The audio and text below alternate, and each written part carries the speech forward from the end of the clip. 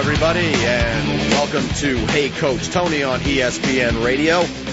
As you know, each week here on Hey Coach Tony, we discuss the hottest topics in youth sports. And as always, we open up the phones to hear what's on your mind. So we've already opened up the studio lines. You can get me here at 855-HEY-COACH. That's 855-439-2622. Some interesting things going on this week, not the least of which our old buddy Jim Tressel from Ohio State, whose career was ruined because of an NCAA scandal. Guess what? His career wasn't really ruined. He has surfaced, and has surfaced in the NFL.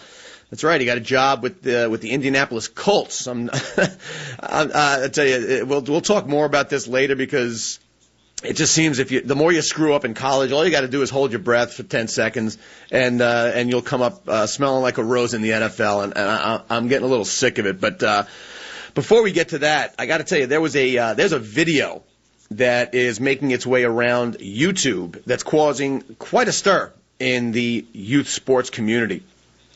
Last week, in fact, it was right after the show, there was a youth football game that took place down in Florida between the Northport Huskies and the Sarasota Gators. And this is not a high school football game. This is a group of 13 and 14-year-old boys. Well, the Huskies were flat out dominating the Gators in what was at the time a 30-6 rout when the referee made what I believe was a personal foul call. Quite frankly, it's irrelevant what the call was because what ensued right after can only be described as disgusting. And if you've seen this video, you know exactly what I'm talking about. If you have not seen this video, go to YouTube right now and look up Sarasota Football Brawl, or go right to my blog, and you can actually link to the story and the video. The blog is www.heycoachtony.com. You watch this video, and you're going to be utterly blown away. This video shows coaches on the field yelling and screaming at the referee, yelling and screaming at one another. And just when it seems that things were ready to calm down, this referee basically turns and walks away, starts walking towards the end zone. The video then pans back over to this referee, and what you see is a Gators coach taking swings at the referee. These guys are in fisticuffs on the ground. Maybe that's not that big a deal anymore, but it is to me. This guy is getting beaten by 2 or 3 coaches. After this ref finally does break away from the coach, one more time you think you're going to catch your breath. And what happens next? I don't know how else to describe this one. A young player in full pads and in uniform comes into the frame and just lays out and hits this ref with a flying tackle that I'm telling you would have made Troy Polamalu proud. He just laid the kid out. I don't know how bad this call was, but guess what, kid? I mean, you're a special kind of stupid. The kid has his jersey on with his number, so I'm assuming that police have not had much issue identifying who this kid is. Kid, you don't like the call? I can deal with that, but guess what? Not allowed to do it. Not allowed to tackle the ref. I checked the rule book. You cannot tackle a referee, much less blindsiding the guy. Pathetic. I mean, this guy's laid out on the ground, and there's some updates to the story that I'll get to in a minute. But needless to say, this whole thing erupts into a free-for-all. People are coming out of the stands. Parents, coaches, and players alike are all scuffling around and fighting. Like I said, if you haven't seen the video, you got to go to my blog and check it out at www.heycoachtony.com. Now, at this point, you might think that the inner city gang violence stops, but it didn't end there. This is where it started to get a little disturbing. Somebody, appearing to be an adult, can also be seen kicking the ref as he is laying on the ground covering himself up. Listen, 855-HEY-COACH is the studio line. That's 855-439-2622. But I got to ask you this. In this day and age, where anyone and everybody has got a cell phone with a video camera, or they're videotaping the game, especially at these youth sporting events, how on earth do idiots like this expect to get away with this type of behavior? Now, something to remember also, it is well documented that in Florida, among other states, assault on a youth sports official is now a crime. It is a felony. That's right. Someone's going to go to jail for this, and rightfully so. My only dilemma in this is I wish that Florida would instate a new law that would make being a moron a crime as well, so that they could tack on some years to the sentences that are going to be dished out to these coaches and players and parents. I'm curious, and maybe you can help me with this. The question I got for you today, and watch the video and then give me a call in the studio at 855-HEY-COACH. Why does this stuff happen? Why does it happen? And how do we stop it? And more importantly, what should really be done to the parents, the coaches, and the players who are involved in this absolute horrible disgrace? Again, the studio lines are open at 855-HEY-COACH. But before I do get to some of your calls, I did get a couple of emails in during the week, and so I certainly want to address a couple of those. I got one here from Stephen in Oxford, Connecticut. Stephen writes in and says, "Hey, Coach Tony, I really hope that the kid who tackled the referee is made an example. If you watch the full video, after he tackles a helpless referee, he stands over him and dances around like a boxer waiting for his victim to get up so he can hit him again. This is a clear case of coaches who have no right managing kids and players who have no regard for the integrity of the game. Either way, something drastic needs to be done here." You took the words right out of my mouth, Stephen. Something drastic does need to be done. It is time to make somebody an example. Why is it a law in Florida that assaulting a referee is a felony? Guess why? Because it happens. It happens all the time. Last year we had a basketball player attack a referee. Guys, this stuff has to stop. I don't know how else to say this. I don't think it's going to stop, just like drunk driving isn't stopping. And it's because the laws are too lenient. Somebody needs to step up and make an example of the people that just absolutely disgrace themselves, their families, and their football organization. And when I say drastic, I mean there needs to be jail time. Because if that guy's on the ground and someone's stomping on his head, he could have been killed. I mean, he really could have been killed. And then everyone says, oh, no brainer. The guy's got to go to jail. And by the way, how come no one stepped up and did something about this sooner? Well, guess what? It is sooner. It's time for everybody to take this seriously. We have to protect fans at these games. We have to protect players at these games. We have to protect coaches at these games. And why do we always forget and mention last that we have to protect the referees at these games?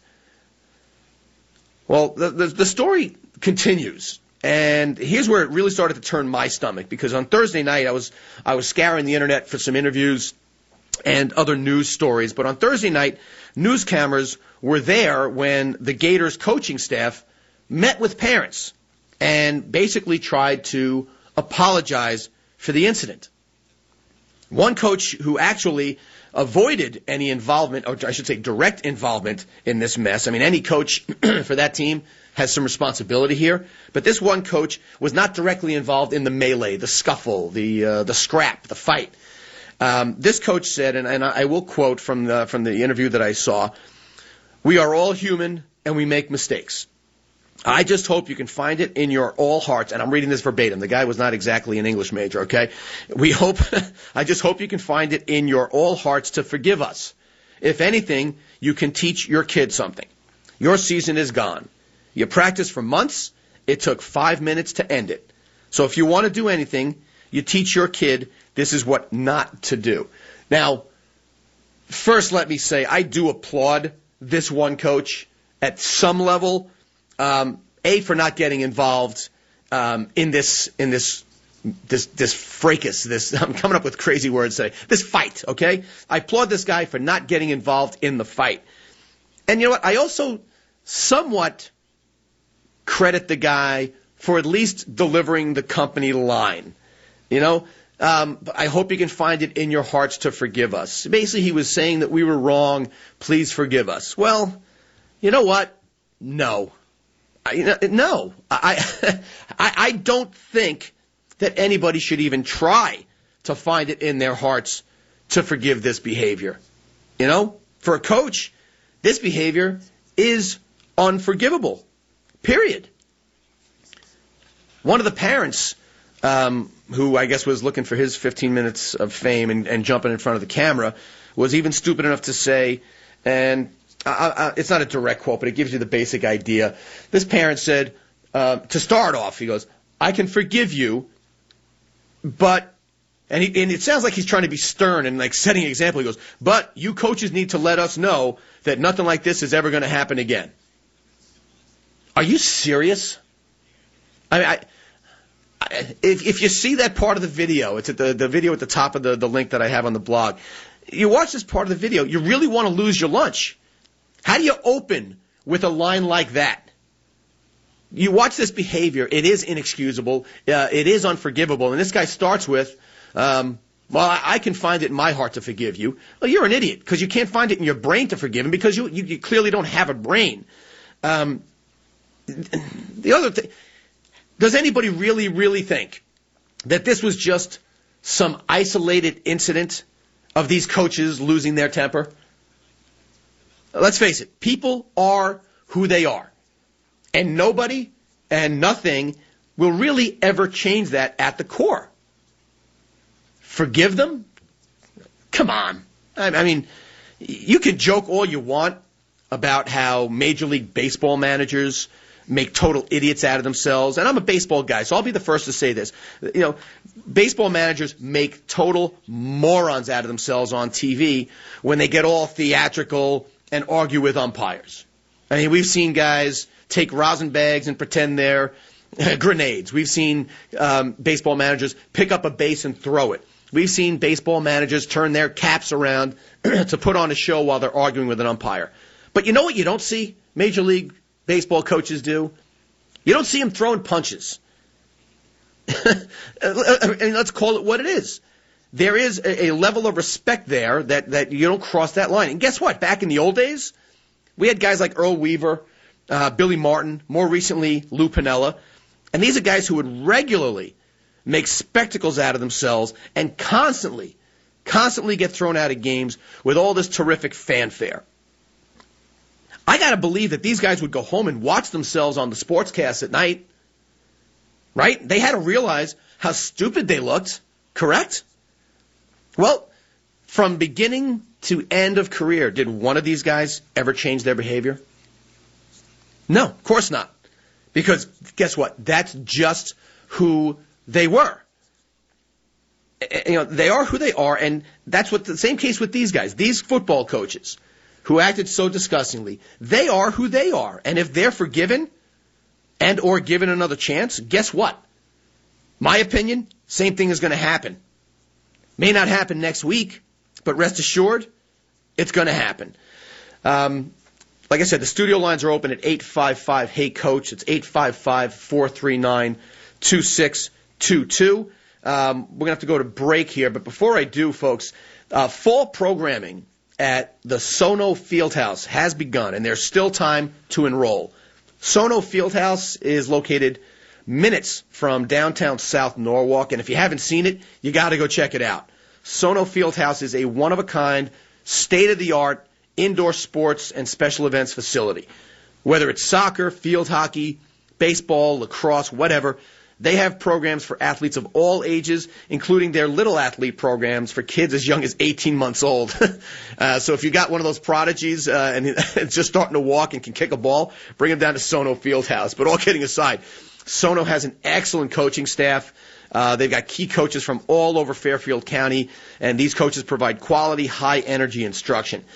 If you're not into field sports, guess what? There's a 35-foot indoor rock climbing wall there. They have a ropes course for unique adventure experience.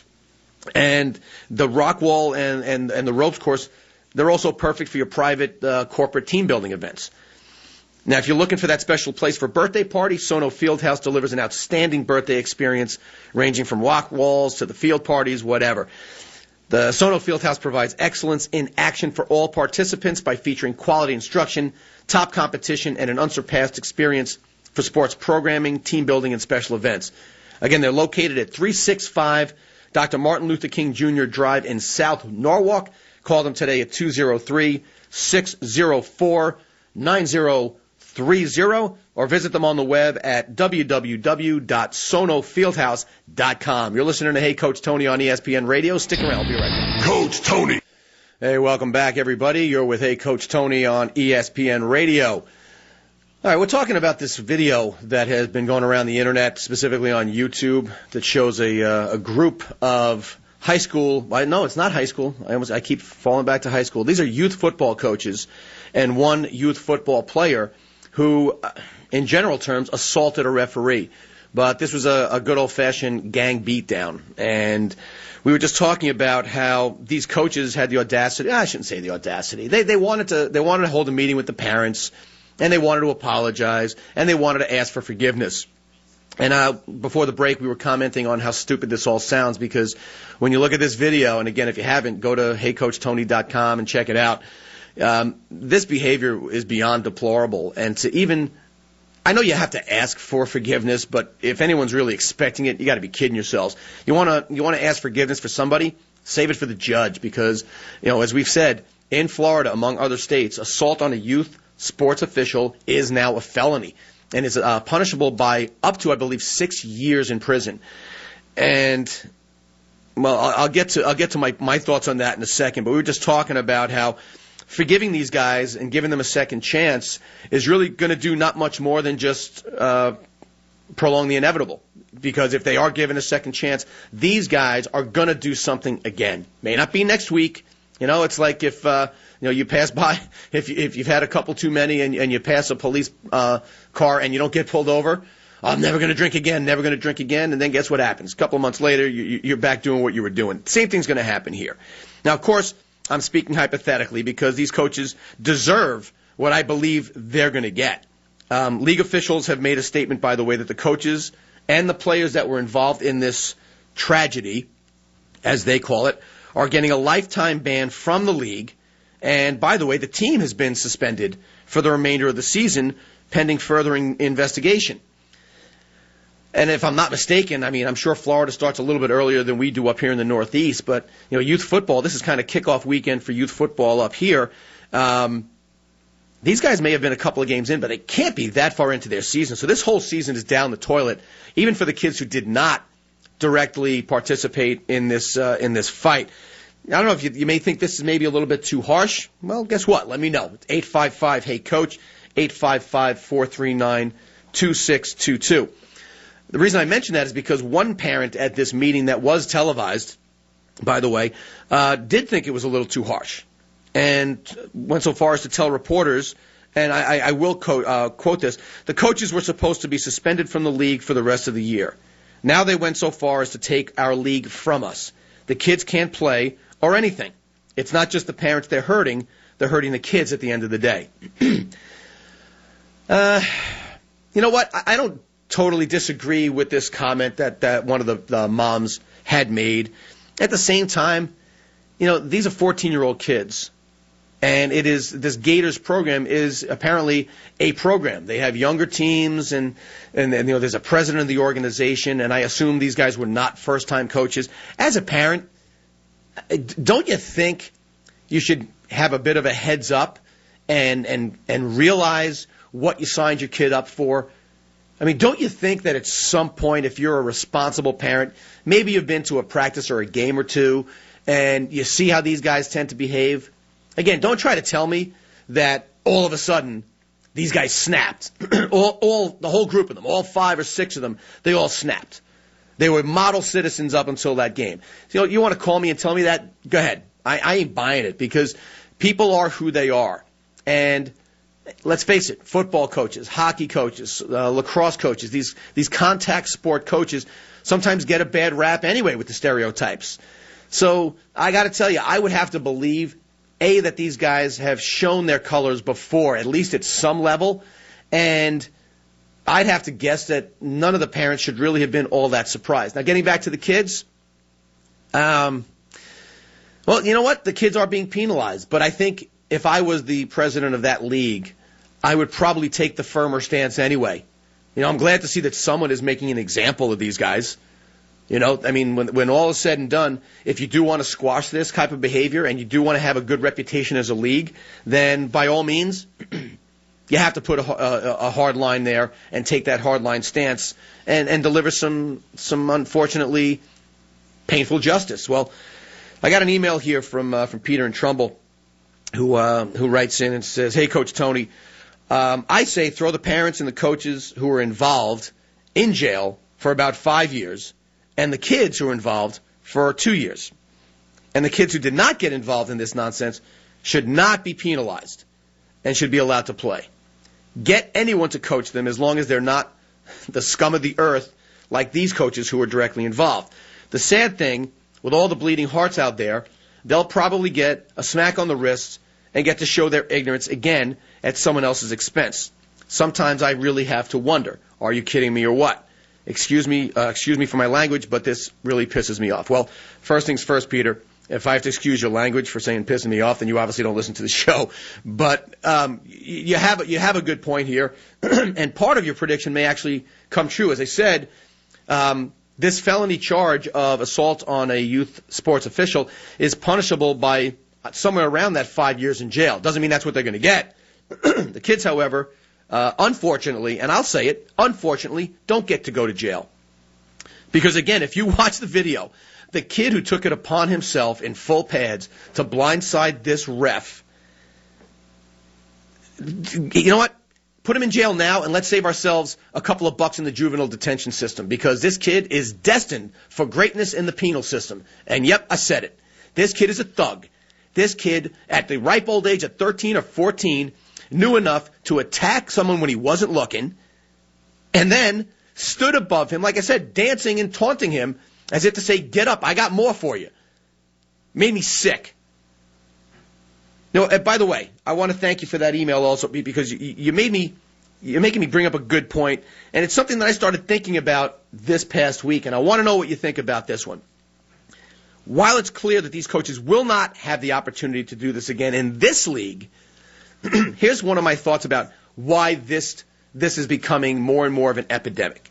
There have been structured leagues in youth sports for quite some time, and these leagues go to great lengths to put specific guidelines and rules and behavioral codes of conduct in place.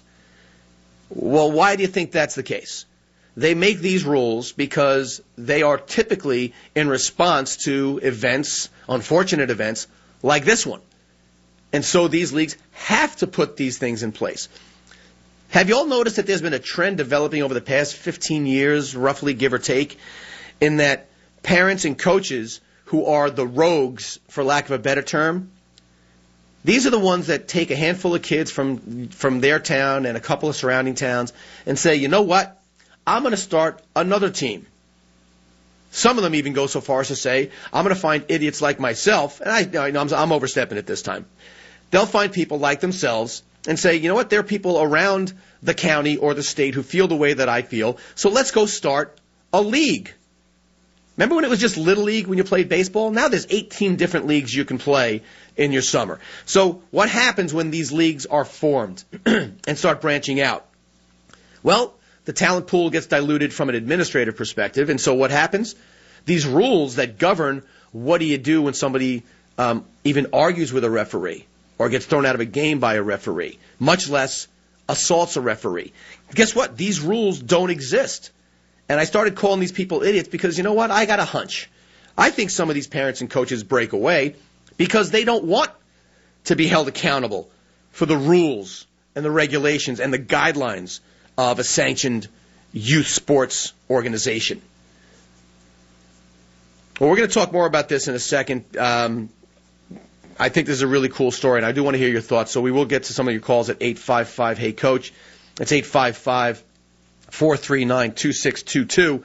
But before we go to break, folks, guess what? School's back in session, and it is time to bring back the heralded Hey Coach Tony Athlete of the Week.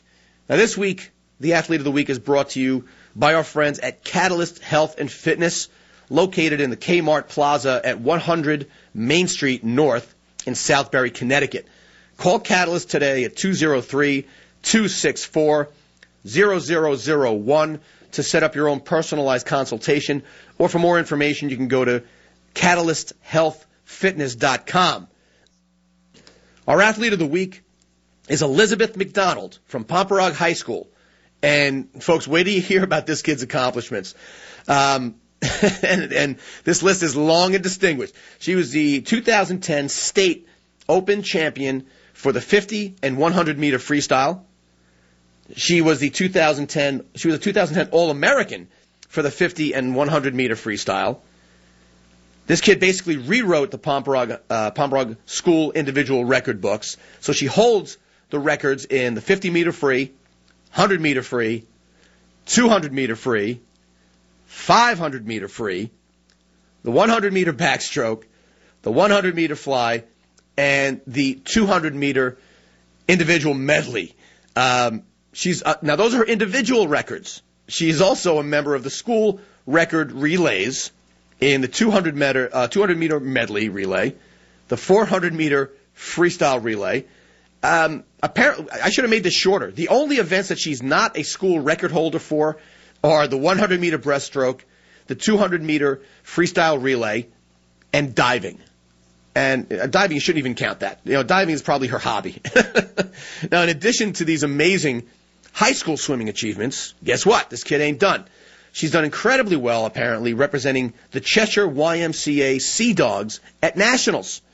She swam freestyle on the 2010 National Champion 200-meter medley relay. She finished second in the 200-meter free at the 2011 YMCA Long Course Nationals at Georgia Tech in August. And she finished second in the 200-meter free at the 2010 YMCA National Short Course Championships in Fort Lauderdale. According to her coach, Rob Nathan from Pomperog, she is not only an elite, superb swimmer, student, and musician, but she's a great teammate and a great person. Kid, take a break. Listen, clearly the type of student-athlete we'd all be proud to have in our program. I want to offer congratulations again to Elizabeth McDonald from Pomperog High School for being named our Hey Coach Tony Athlete of the Week. I want to remind you again that Athlete of the Week has been brought to you by our friends at Catalyst Health and Fitness, located in the Kmart Plaza at 100 Main Street North in Southbury, Connecticut. Call Catalyst today at 203-264-0001. Set up your own personalized consultation, or for more information, go to catalysthealthfitness.com. And remember, if you want to nominate somebody for Athlete or Coach of the Week or Team of the Week, send me an email at heycoachtony@gmail.com. You can find me on Facebook. Just look for Hey Coach Tony on ESPN Radio. You're with Hey Coach Tony on ESPN Radio. Stick around, folks. We'll be right back. Coach Tony. Hey, welcome back, everybody. You're with Hey Coach Tony on ESPN Radio. We're on ESPN Radio every Saturday at 9 a.m. And by the way, I want to give you guys a heads up. We're talking about football, and next week, you guys may remember a couple of weeks ago, I had a panel of umpires here in the studio with me, and it was a lot of fun kind of doing a roundtable discussion. Well, next week, I have been gifted, and I've been referred to 3 of the top youth and high school football coaches in Connecticut. These guys are top flight. Next week in studio with me will be Lou Marinelli, the head coach from New Canaan High School. We will have Joe Buffard, who is the director of the Youth Football Coaches Association. And we'll also be joined by Rich Albanizio, head coach from Greenwich High School. You do not want to miss next week. It should be a lot of fun. And we'll be talking about all things youth football, answering all your questions, as always. So you definitely don't want to miss next week. But, hey, you know what? We're talking about this video that has surfaced on YouTube that is just sickening to the stomach. Kids, players, coaches, parents just jumping out of their seats and assaulting this defenseless referee who committed the ultimate crime of, guess what, making a bad call, or a questionable call. We don't even know if it was a bad call. I promised I would get to some of your calls. So let's go ahead and do that. I think let's go to line 3. I think we got Larry calling in from line 3. Hey, Larry, you're on Hey Coach Tony. How you doing this morning? Hi, I'm doing fine, Coach Tony, and thanks for taking my call. I'm not quite sure where to begin here, but I just want to touch on three very quick points, okay? One is the coach's speech after the game, okay? I found repulsive. He was downplaying this incident, saying, well, we made a mistake, like no big deal. And he was telling these kids and their parents, this is what you should not do, okay? I can't quite figure that one out, okay? We need better role models for our youth, that's for sure. Yeah, we okay? don't need this is what not to do. It was disgraceful how he downplayed this, okay? My other point, one of my other 2 points, is that the kid's not involved here, okay? Hats off to those kids, okay? They didn't follow along with the other morons, okay? And they really handled themselves properly, and I don't think they should be penalized for the actions of the other players, okay? And I believe if a kid wants to play, you should find a place for him to play.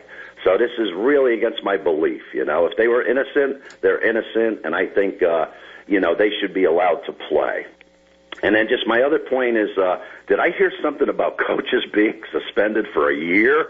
If I had anything to do with that league, okay, I would go lifetime ban, okay, because they forfeited their right to be a coach once they do that. Sure, it was one mistake for a few minutes, but, you're not allowed mistakes like that, okay? And I just find it repulsive, and if these guys are back in a couple of years, I mean, that's an absolute disgrace, in my opinion, how I couldn't look you in the eye and say, well, I'm bringing Johnny back in 2 years. I would have to flinch as I was looking at you. So I find that repulsive also. And thanks very much, Coach Tony. Well, Larry, thank you very much. Always something interesting to add. And I got to tell you, and I'll hit all three of your points because I think you're pretty accurate. I'll start with the last one. There is a lifetime ban. There was originally some talk that they were going to get suspended, and I think that mom really spoke out of turn. The president of the league basically said that player and those coaches are gone and they are not welcome back. Now, what's funny is after the fact, and there's been an update to the story that I'll give to you guys in a bit, the president of the Gators Football Association is actually the brother of one of the coaches involved. And this idiot, and I'll call him an idiot because he came out and said, guess what? After the league said you're all gone and you're never welcome back, this guy goes, they're not welcome in our program. You should have been the first one. If my brother coaches with Team New York, where I'm involved, and did something like this, I'd be the first one calling the Daily News and saying, guess what? My brother John is no longer part of this. I don't care what the league says. We're taking some action. Let me look at the Steelers. They always do stuff like that. NFL, you want to impose some things on one of our players. Well, guess what? We're going to do it first. And I always applaud, not just because I'm a great Steelers fan, but I always applaud the organizations who step up and say, I don't care about investigation. I saw my coach punch a guy in the face. I saw one do a Robert De Niro head stomp on a defenseless referee. That he's gone until I figure out whether or not he deserves to be back. Not we're going to wait for the punishment. So it's a great point there, Larry. The second one about the kids should not be penalized. You know what? I do agree with you, and there are other people who do agree. Matter of fact, the coach from the other team has already said that if these kids are left without a place to play because the kids aren't really penalized here. It's an effect of the Gators being penalized. So these kids can play. So I believe the opposing coach actually said, we will offer spots to as many of the kids that we can take. And I think other teams around the league are going to do the same thing. So it looks like the kids will have somewhere to play. Now, your first point, which was the coach trying to turn this into a learning lesson and actually turn it on the parents and say, this is an example of what not to do. Well, guess what? I don't entrust you with my kid for 3 hours or so a day, every day, so that you can give them an example of what not to do. That's a pretty weak argument. And I think, like I said, that coach is not going to be winning any Nobel Prize for Pulitzer Prizes or anything like that for literature. He's not a very well-spoken guy. I think his sentiments were on target enough that I won't slay the guy. But don't do that. Hey, we're having issues with how everyone's behaving, and so just don't do what we do. Do what we say, don't do what we do. That's always a very weak argument, I got to tell you. By the way, there is an update to the story, so I just want to give you all some quick heads up. Last night this came in. I have the names of these morons, so if Jay from last week on Long Island, they'll look up these names and post their home addresses for us. Dexter Austin, who's a 43-year-old coach of Bradenton, Florida. Timothy Howard, 38 years old, of Sarasota, Florida, and Antonio Bradley, 28, of Northport, Florida. They've all been charged each with 1 count of battery on a sports official. Timothy Howard was also charged with a 2nd count of battery on a coach from the opposing team, which I didn't even see in the video. Now, here's what sucks, and I'll use the word again, it sucks. The 14-year-old kid was also charged with 1 count of battery on a sports official. I think he's going to be charged differently because he is younger than 16. And what also sucks is the kid's name wasn't released because he's a kid. You know what? Let's put that crap to an end. Kid acts that way. You want to attack an adult, you should be treated like an adult. End of story. Now I'm getting angry. All right. Well, the charges, like I said, they all stem from this incident. It was kind of ridiculous.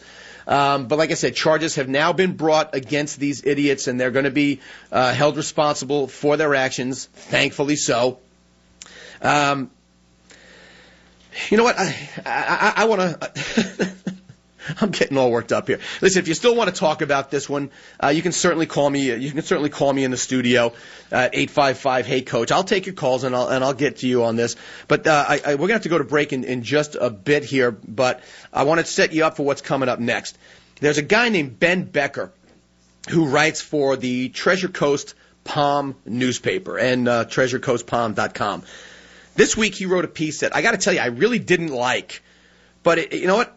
In a way I did, because it brought up some interesting points and a couple of things that I wanted to discuss. He brought up the fact, this guy's talking about the, boo-hoo, young athletes are being exploited on television. Well, we'll get to that in a second. He starts his argument by bringing up the fact that college athletes aren't paid.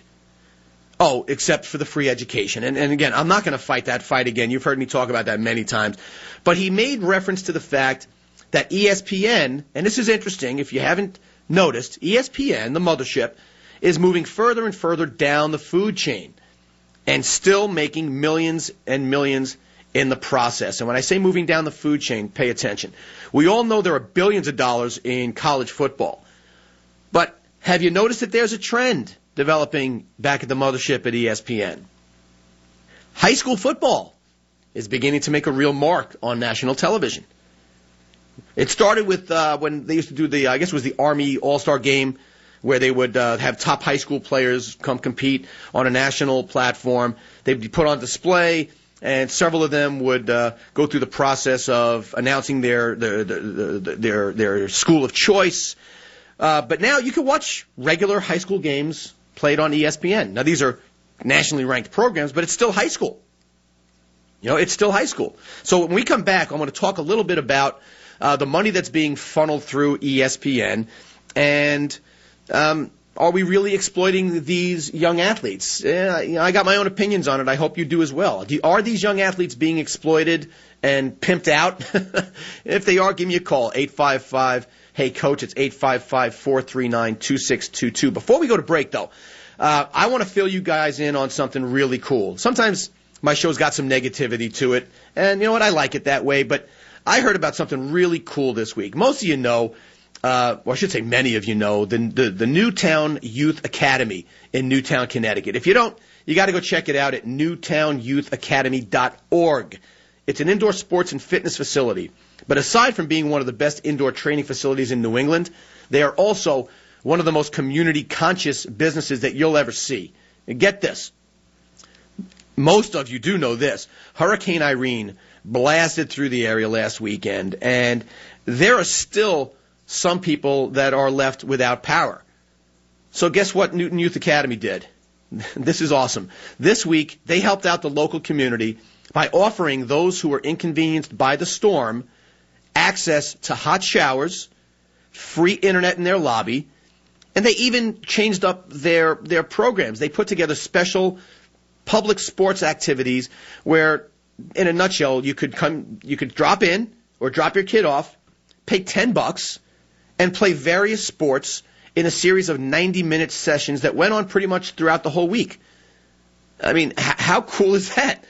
Now, this is probably ending this week because I believe by tomorrow everyone should have their power back. But I just wanted to kind of step out and say thank you to the Newtown Youth Academy for being such terrific neighbors and really stepping it up for the community. And guess what? I felt so compelled that I called these guys. And I'm very proud to say that Newtown Youth Academy is the newest sponsor of the Hey Coach Tony show on ESPN Radio, and I really could not be happier. Again, if you haven't seen this place, you got to go check it out. Go to newtownyouthacademy.org for more information about their many activities, including their new fall programs. And, hey, you know what, guys? Great job, and thank you very much on behalf of the whole community for what you did this past week. You're listening to Hey Coach Tony on ESPN Radio. Stick around. Coach Tony. Hey, welcome back, everybody. You're with Hey Coach Tony on ESPN Radio. Before the break, I kind of got the next ball rolling here. During this last segment, I want to talk about the whole concept of young athletes and are they being exploited by conglomerates, let's say, like ESPN and MSG Varsity. Well, you know what? Like I said, there are billions of dollars floating around college football, but the trend is starting to move downstream. High school football is certainly making a mark on national television.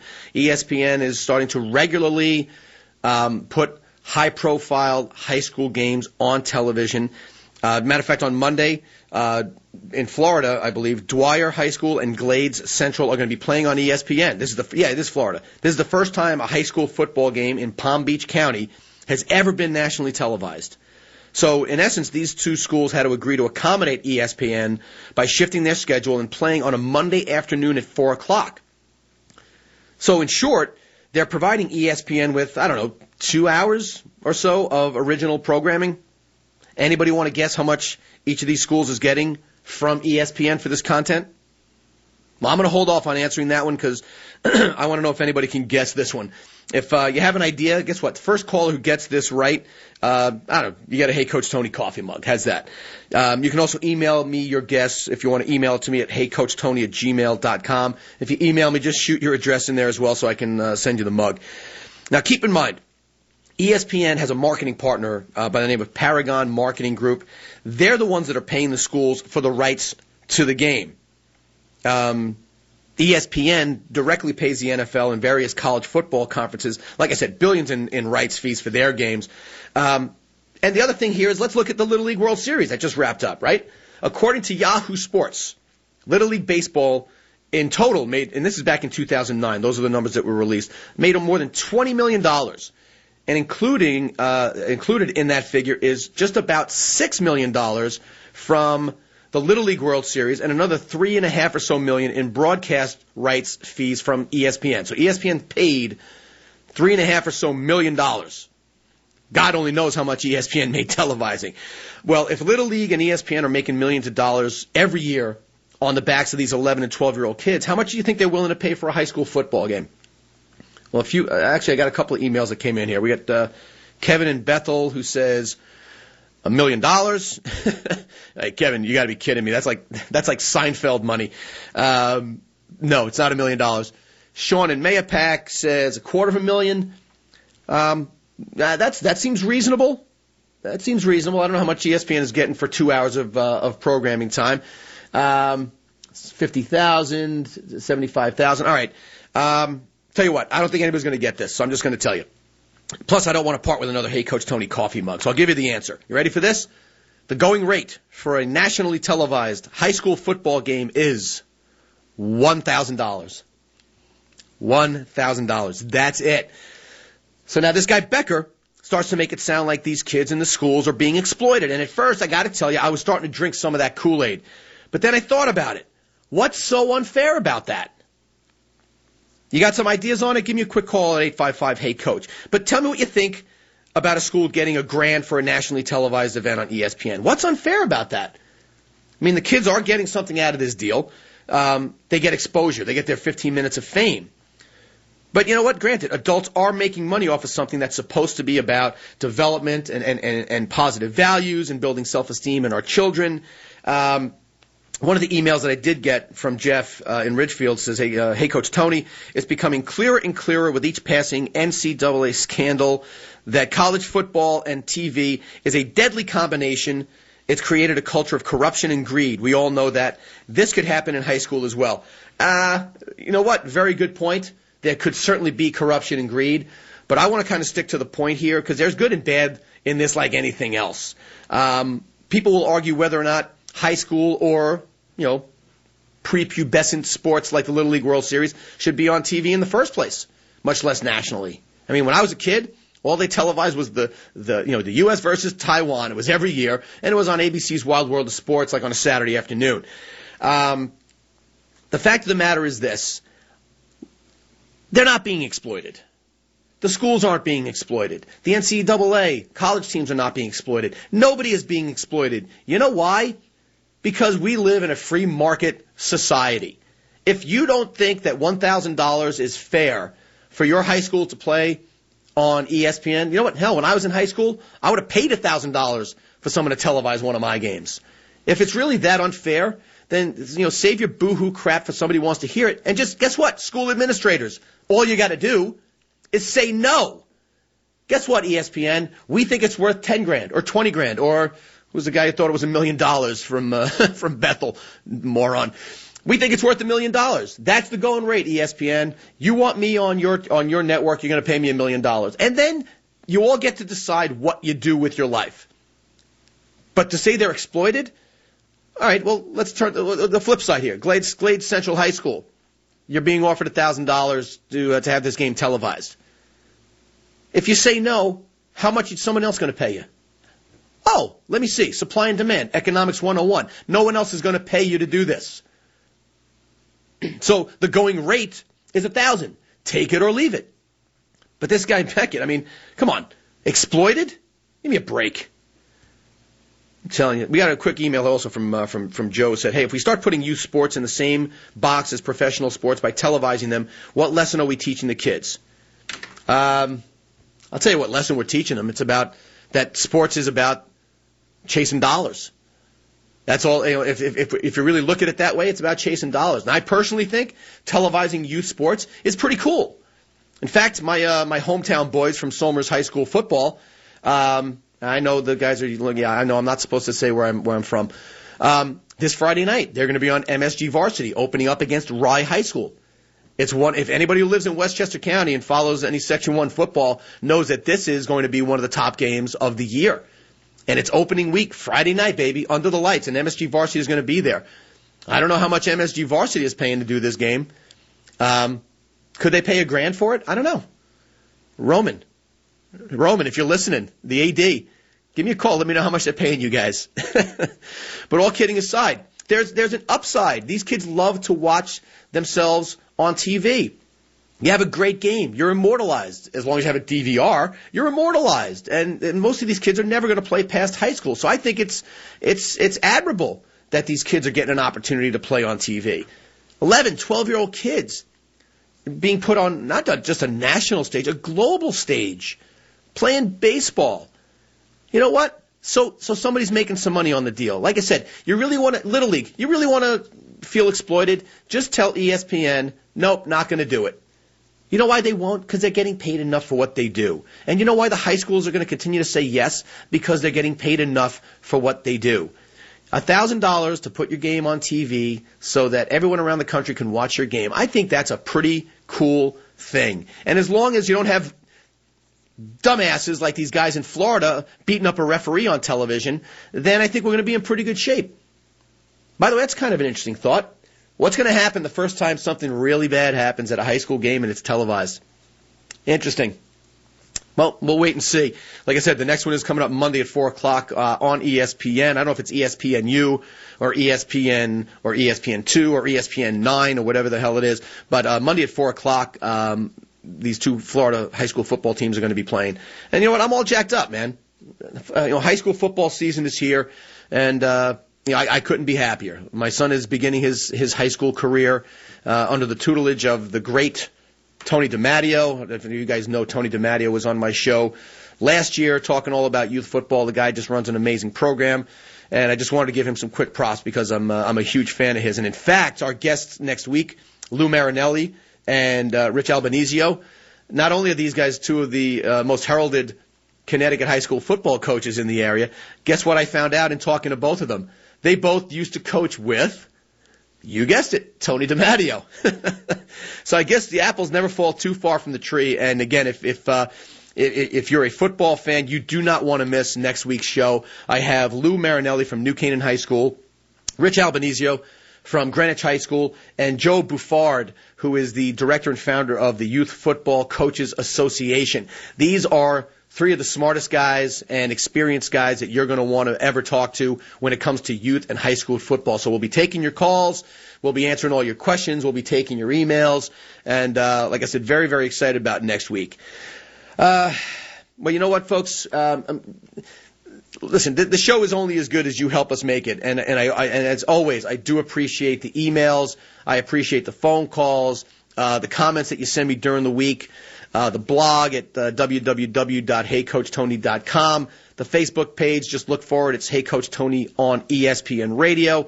You got something to say after the show, you can always get to me on the hotline, which is 855-HEY-COACH, it's 855-439-2622. Before we go, I do want to send out some special wishes of good luck. My little girl, Nikki, she and the Somer Stingrays are playing in an all-day soccer tournament down in Yorktown.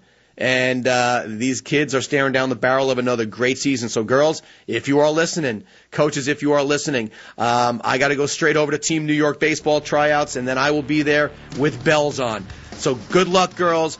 Work hard, have some fun, and bring us home another first-place trophy, because after all, that's really all that matters. All right, that's going to wrap it up for another edition here of Hey Coach Tony on ESPN Radio. Thank you, as always, guys, for your thoughts and your comments.